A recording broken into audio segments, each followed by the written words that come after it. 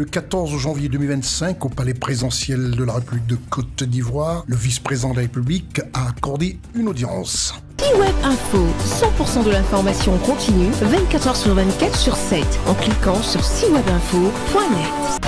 Arrivée de la délégation de l'OIM au palais présidentiel de la République de Côte d'Ivoire le mardi 14 janvier 2025 pour une rencontre avec le vice-président de la République de Côte d'Ivoire, son Excellence, M. Tiemoko Melet Koné. Un échange avec la directrice générale de l'OIM, Mme Ami Popé. Chaleureux accueil à l'ivoirienne qui ne traduit qu'un seul mot, Akwaba, de la part du vice-président de la République de Côte d'Ivoire, son Excellence M. Tiemoko Melet Koné, à Madame Ami Popé ainsi qu'à toute la délégation qui l'accompagne. Un entretien de 3/4 d'heure avec son Excellence le vice-président de la République de Côte d'Ivoire, M. Tiemoko Melet Koné, ponctué de photos souvenirs dans une ambiance de diplomatie cordiale dont les points essentiels ont été relatés par Madame Ami Popé, directrice générale de l'OIM, face aux caméras de CNN Télévision et de C-Web Info. La Côte d'Ivoire joue un rôle très important dans cette région, surtout avec le phénomène de migration.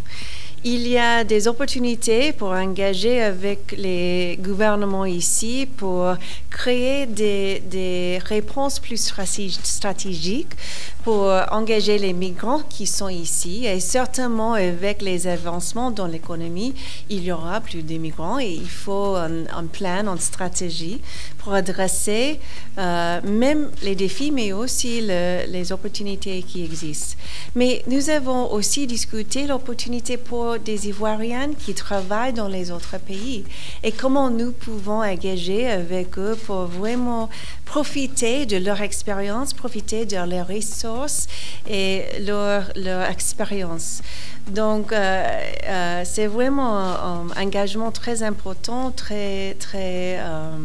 nous avons discuté beaucoup de choses et finalement, nous avons discuté l'impact des changements climatiques sur les populations ici et sur les populations dans la région et comment nous pouvons adresser les impacts des changements climatiques, surtout sur les populations vulnérables. C'est alors que l'équipe du cabinet du vice-président de la République de Côte d'Ivoire a pris congé de l'hôte du jour, qui était toute radieuse de son entretien avec le vice-président de la République de Côte d'Ivoire, son Excellence M.